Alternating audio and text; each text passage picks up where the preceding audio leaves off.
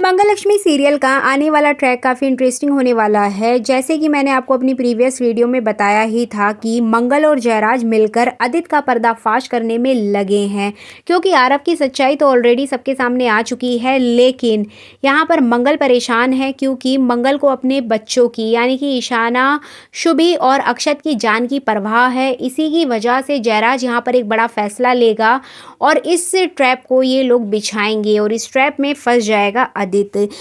आखिर कब और कैसे, आज इसी की फुल अपडेट लेकर आई हूँ मैं इस वीडियो में, इसलिए वीडियो को बिना स्किप किए अंत तक ज़रूर देखिएगा। और अगर आप हमारे चैनल द फिल्मी रासलीला पर नए हैं तो सब्सक्राइब करना बिल्कुल भी ना भूलें। तो चलिए देरी ना करते हुए आज की इंटरेस्टिंग वीडियो को स्टार्ट करते हैं।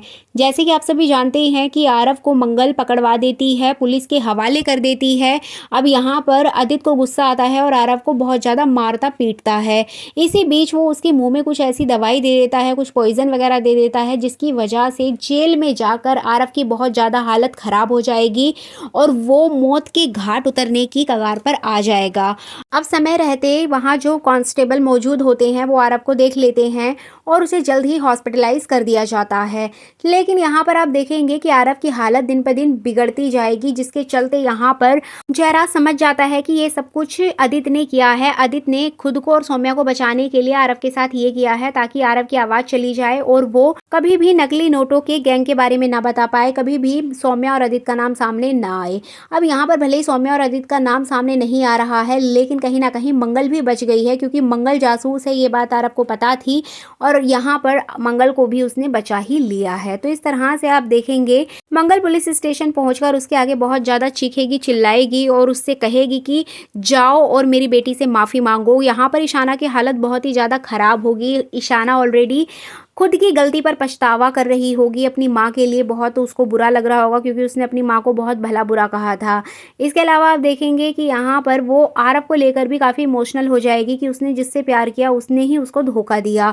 अब मंगल यहाँ पर अपनी बेटी की आंखों में आंसू नहीं देख सकती, इसलिए वो आरव के ऊपर खूब चिल्लाएगी कि जाओ उसके पैरों में गिरो, माफ़ी मांगो। लेकिन आरव यहाँ पर कोई भी एक्टिविटी नहीं करेगा, कुछ भी मूवमेंट नहीं करेगा। आरव की इस दशा को देखकर जयराज समझ जाता है कि इसके साथ कुछ तो गलत हुआ है। एंड फाइनली यहाँ पर इन लोगों को पता चल जाता है कि आदित्य ने ये सब कुछ किया है। अब यहाँ पर मंगल बहुत ज़्यादा परेशान हो जाएगी, रोते बिलखते हुए नजर आएगी कि आदित्य अगर आरव के साथ ये कर सकता है तो कल को मेरे बच्चों के साथ कुछ भी कर सकता है, मेरी फैमिली के साथ भी कुछ कर सकता है। इसलिए हमें जल्द से जल्द उसका पर्दाफाश करना है और उसके पुलिस के हवाले करना है। हमारे पास ऑलरेडी बहुत सारे सबूत हैं, हम अभी भी उसको पुलिस के हवाले कर सकते हैं। लेकिन यहाँ पर जयराज उसको मना कर देगा और कहेगा कि मंगल जी, अभी हमारे पास जितने भी सबूत हैं वो आदित्य और सौम्या के खिलाफ नहीं है, बल्कि उसकी गैंग के खिलाफ थे, जो कि ऑलरेडी जेल जा चुकी है। हमें पुख्ता सबूत इकट्ठा करना होगा आदित्य के खिलाफ और यहीं से मंगल और जयराज मिलकर एक प्लान बनाएंगे। एक्चुअली आदित्य के पास अचानक से कॉल जाएगा, जिसमें कि सौम्या भी उसके पास होगी और यहाँ पर आदित्य से कहा जाएगा कि आने वाले कुछ दिनों में इस लोकेशन पर चुनाव होना है और हमें कुछ नकली नोटों की आवश्यकता है, ज़रूरत है और हम आपसे डील करना चाहते हैं। हमें 10 करोड़ रुपए चाहिए, अगर आप दे सकते हैं तो बताइए। तो यहाँ पर आदित्य शॉक्ड हो जाएगा, साथ में सौम्या भी शॉक्ड हो जाएगी कि ये हो सकता है कि कोई फर्जी है। तो सौम्या यहाँ पर आदित्य को रोकेगी कि आदित्य अभी इस बंदे से बात मत करो, हो सकता है कि पुलिस का कोई बंदा हो। लेकिन यहाँ पर आदित्य को पैसों की सख्त ज़रूरत है, जिसके चलते वो यहाँ पर उस व्यक्ति से बात करता है और कहता है कि ठीक है, हम आपका काम करने के लिए रेडी हैं, हमें कहाँ पर आना होगा या फिर हम अपने किसी बंदे को भेजेंगे, आप उसके हाथों हमें पैसे भिजवा देना। लेकिन यहाँ से सामने वाला व्यक्ति साफ तौर पर मना कर देता है और कहता है कि हमें आपसे मिलना है, मतलब सौम्या और आदित्य से फेस टू फेस मिलना है और हम किसी भी तरह की कोई गड़बड़ नहीं चाहते हैं, जिसके चलते यहाँ पर आदित्य मान जाएगा। अब सामने से जिसने बात की है वो कोई और नहीं बल्कि जयराज होता है और जयराज ने एआई के थ्रू अपनी वॉइस चेंज करके आदित्य से बात की थी और एक ये ट्रैप बिछाया था ताकि ये लोग इस ट्रैप में फंस जाएं। तो आने वाला जो ट्रैक है वो चुनाव से संबंधित होगा, मतलब इलेक्शन से रिलेटेड होगा।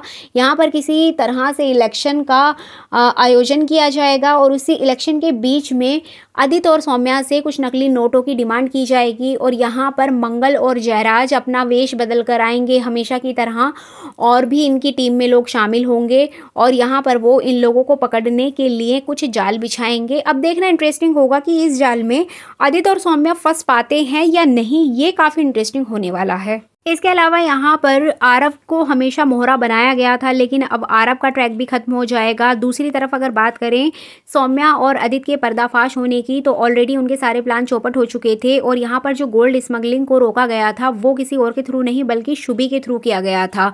शुभी ने ही पुलिस को ये जानकारी दी थी कि यहाँ पर सोने की तस्करी हो रही है और आप आकर यहाँ इन लोगों पर नज़र बनाइए, जबकि मंगल ने सिर्फ आरव को पकड़ने के लिए पुलिस को बुलाया था। अब ये सच्चाई सौम्या, आदित्य, जयराज और मंगल सभी के सामने आ चुकी है कि शुभी ने ये काम किया है। तो कहीं ना कहीं मंगल और जयराज ये बात जान चुके हैं कि शुभी आदित्य और सौम्या की नज़रों में आ चुकी है और ये इसके साथ कुछ भी कर सकते हैं और होता भी कुछ ऐसा ही है। एक्चुअली सौम्या ये साबित करना चाहती है कि इन सबके पीछे मंगल का हाथ है और वो आदित्य को ये रियलाइज़ भी कराना चाहती है, लेकिन जैसे ही वो शुभी को देखती है तो ये लोग शॉक्ड हो जाते हैं।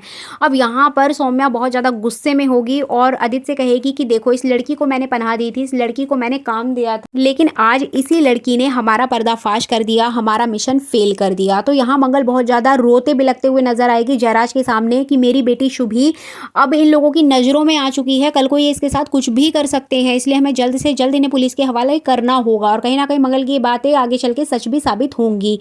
और इसी बात को सुनकर जयराज यहाँ पर प्लान बनाता है कि हमें सौम्या और आदित्य को रंगे हाथों पकड़ना है और इसी वजह से यहाँ पर इलेक्शन का ये पूरा ट्रैक चलाया जाएगा।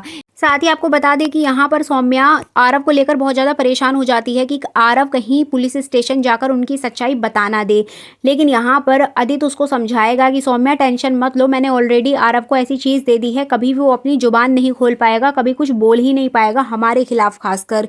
और साथ ही साथ उसने मेरी बेटी के साथ इतना बुरा व्यवहार किया, मेरी बेटी को उसने इतना परेशान किया, तो उसके लिए ये सज़ा तो होनी ही चाहिए थी।